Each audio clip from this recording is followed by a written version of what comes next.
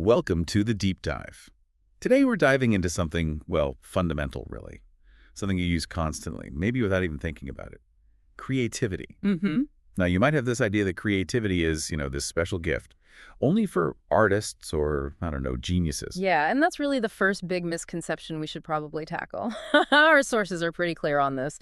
Creativity isn't some kind of binary trait, like you have it or you don't. It's Yeah. more like a fundamental human thing. The real difference is maybe how we define it, how we use it day to day. Exactly. Like when you hear creativity, maybe your mind goes straight to, I don't know, painting a masterpiece, writing a novel. Sure, the big artistic stuff. Yeah. And yeah, it's definitely there. But the sources we looked at really broaden that out. Think about maybe a retail worker finding a really clever way to help a customer who's upset. Or someone in an office figuring out a much smarter way to manage their team's workflow. That's creative problem solving. Right. Or even like a pro athlete finding a totally unexpected move to score. That's creativity too, isn't it? In action. Fundamentally, yeah. It's about spotting alternatives, solving problems in almost any context. And here's a really key point from our research. Creativity isn't just this innate thing. It's actually a skill. A skill you can practice. Exactly. Something you can develop, get better at, just by using it more. And it's not always about making something, Mm. well, physical, right? Something you can hold. No, not at all. Sometimes it's just figuring out, I don't know, a really efficient way to organize your files or finding a new perspective for a report at work. It's about how you see things, how you tackle challenges. Yeah, maybe take a second right now and think about your own day. Where did you find a slightly different way to do something, a little workaround? Mm-hmm. You're probably using those creative muscles more often than you realize. And stepping back, looking at the big picture. Wow, this ability has driven so much of human progress. Absolutely. Our sources remind us, from the earliest tools and inventions right through to art, culture, science. Creativity's been the engine. Okay, so let's try and unpack that a bit. What's actually happening when we are being creative? One of our written sources digs into this, Dean Keith Simonton's work. Right. Simonton's perspective is interesting. He boils it down to two core things: novelty and adaptiveness. Novelty and adaptiveness. Yep. So newness and usefulness. Basically, yeah. For something to be really creative in his view, it can't just be new or weird. It also has to work. It needs to be effective, solve the problem, fit the context. Ah, okay. He even makes this really neat comparison to getting a patent, An invention has to be new, obviously, but also reduced to practice. It has to be functional. That makes a lot of sense. Just having a completely off-the-wall idea isn't enough if it's, well, useless. Doesn't really advance anything. Exactly. It might be original, but maybe not creative in that productive sense. So the source also mentioned some of the earlier thinkers who tried to figure this out, like Mach and Poincaré, before we had brain scanners and all that. Yeah, pioneers who were mostly relying on introspection, on describing their own thought processes. Poincaré's famous story about mathematical insights just popping into his head after he'd stopped consciously working on the problem. That's the incubation thing, right? That. He talked about incubation, letting the problem sit, followed by that sudden flash, the illumination, that aha moment. Feels like it comes from nowhere sometimes. Mm-hmm. And Simonton picks up on this too, talking about the phenomenon of serendipity. Ah, like the story The Three Princes of Serendip. Exactly. Making fortunate discoveries by accident or seeing connections others miss, even when you weren't looking for that specific thing. It highlights that kind of unexpected leap. But back then, they couldn't really see the brain doing it. No, they were limited to observation and self-reporting, which is where the modern neuroscience stuff comes in, with tools like fMRI and EEG. It's fascinating. Okay, so neuroscience. Our source talks about how that old left brain, right brain idea, logical left, creative right. Yeah. It's not quite right, is it? Not really, no. It's a bit of an oversimplification, maybe even a myth that got popularized. It turns out the right hemisphere was actually kind of dismissed for a long time. Yeah, the source quotes Mark Beeman saying some doctors used to tell patients with right hemisphere damage they were lucky because that side didn't do much. Can you imagine? Incredible, right? But Beeman's work, and John Cunios's research too, really showed the right hemisphere has this crucial, distinct role. Which is? Well, it seems particularly important for seeing the bigger picture, for making connections between things that seem unrelated at first glance, understanding metaphors, getting jokes, interpreting art, seeing the forest while the left brain might be focusing on the individual trees. Okay, so it helps connect the dots in a broader way. And their studies, using brain imaging. Hmm. They could actually watch this happen.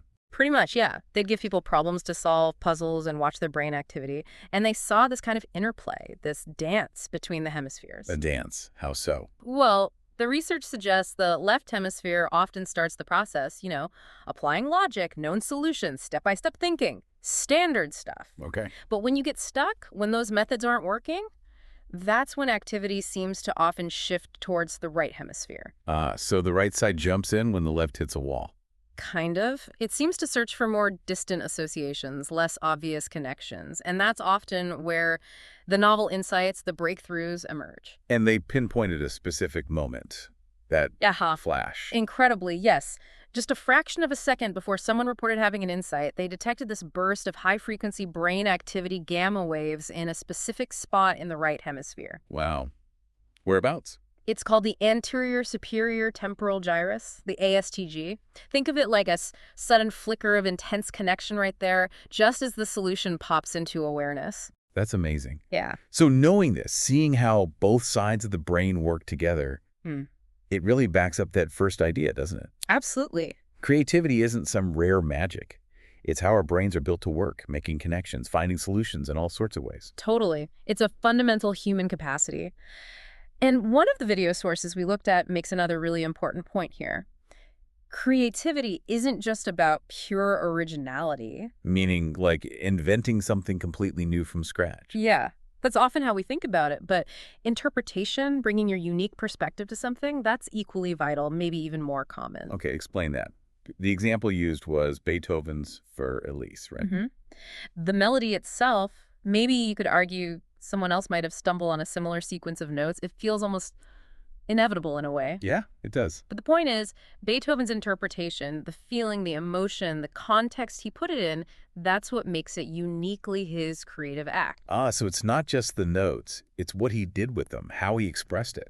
Exactly. Ideas, themes, they float around, but making them impactful, making them resonate, that comes down to the individual's interpretation, their framing, their expression, which actually leads us perfectly into a fantastic example of someone who blended different skills and perspectives, Hedy Lamarr. Hedy Lamarr. Yeah. Right, the famous actress from the, 30s and 40s? Yeah. Hollywood star. The very same. But one of our video sources dives into this other truly incredible side to her life. She was also a serious inventor. An inventor, seriously. Oh, yeah. During World War II, she actually co-invented this really sophisticated technique called frequency hopping. Frequency hopping, what was that for? The goal was to stop enemy forces, the Nazis, from jamming the radio signals used to guide Allied torpedoes. A secure communication system, basically. Wow. And did it work? Well, the concept was brilliant, and unbelievably, the core principles of her invention are actually fundamental to the technology behind secure Wi-Fi and Bluetooth today. Get out. The Wi-Fi I'm using right now owes something to Hedy Lamarr, the movie star. Isn't that amazing? But the source also points out, maybe unsurprisingly, that she faced a lot of skepticism. Because she was a famous, glamorous actress. People couldn't believe she had the brains for it. Pretty much. Her Hollywood image overshadowed her intellectual contributions. People just didn't take her seriously as an inventor. That's frustrating, but also kind of highlights the point about creativity, doesn't it? Her different background maybe let her see things differently. Exactly. It really shows the power of bringing diverse knowledge together. Her understanding of performance, maybe timing and coordination from acting, combined with this intense curiosity and drive to solve a real-world problem. It let her connect dots others weren't seeing. Connecting acting with radio technology. Not an obvious link. Not at all. It just goes to show how your different interests, your varied experiences, they aren't separate silos. They can feed each other in really powerful, creative ways. It took a long time for her contribution to be recognized. Decades, yeah. But it's a stunning example of how bringing different worlds together can lead to truly groundbreaking ideas. Okay, so this ties back to that idea of interpretation too. Yeah. Taking different elements and creating something new from them. Definitely. And another source really explored this power of interpretation using examples from film, like Alfonso Cuarón talking about his movie Gravity. Oh yeah, the space survival movie. Incredible film. Right.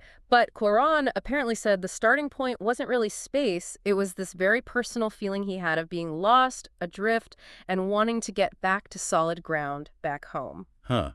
So he took that internal feeling and found this huge visual metaphor for it in space. Exactly. translated that personal emotion into this epic cinematic experience. And Paul Schrader, who wrote Taxi Driver, Another classic. he apparently often advises writers to start with a personal problem, something bothering them, and then find a metaphor to explore it through a story. The power isn't just the plot, it's that underlying feeling. That's a really interesting way to think about creating something. It's not just about the surface story. Right. And the source mentioned other examples too, like how the movie Old Boy. The Korean one. Hmm. Intense. Yeah, based on a Japanese manga, which itself was inspired partly by The Count of Monte Cristo. Layers of reinterpretation. Or Sergio Leone taking Kurosawa's samurai film Yojimbo and turning it into the Western, A Fistful of Dollars. Mm-hmm. Same basic story structure, totally different cultural context, different feel, different artistic lens. They made it their own. And Neil Blomkamp's District 9, too. That felt so original. Yeah, a sci-fi film about aliens, which we've seen a million times. But he used that framework to explore his own experiences growing up during apartheid in South Africa. So he wasn't literally telling that story, but he used the sci-fi genre to interpret and express those feelings, those social dynamics. Precisely. He infused a familiar genre with his unique personal perspective, and suddenly it felt completely fresh and powerful. So it really does circle back, doesn't it? Maybe the height of creativity isn't always pulling something brand new out of thin air. Often, maybe most often, it's about taking what's already there, ideas, emotions, stories, problems, and filtering them through your unique perspective, your experiences. That's where the individual spark comes in. Yeah, that's where the magic happens. So, wrapping up our deep dive today, the big takeaways seem to be: first, everyone is creative. It's not some exclusive club. Right. It's baked into being human, used in all sorts of ways beyond just art. Second, it's a skill, something you can actually work on and improve. And third, a huge part of it is about interpretation, bringing your unique viewpoint to things. And that viewpoint, your perspective, shaped by everything you are, everything you've done, that's the crucial ingredient. Absolutely. Which leads to maybe a final thought for you, the listener. Think about your own mix of skills, interests, experiences, stuff that seems totally unrelated on the surface. Like Hedy Lamar's acting and inventing. Exactly. How could connecting those different parts of your knowledge, your life, lead to something unexpected? A new insight, a creative solution? What unique perspective do you have? What's the metaphorical movie that has never been seen because you haven't made it yet, using your unique blend? Something to chew on. That's your creative frontier to explore.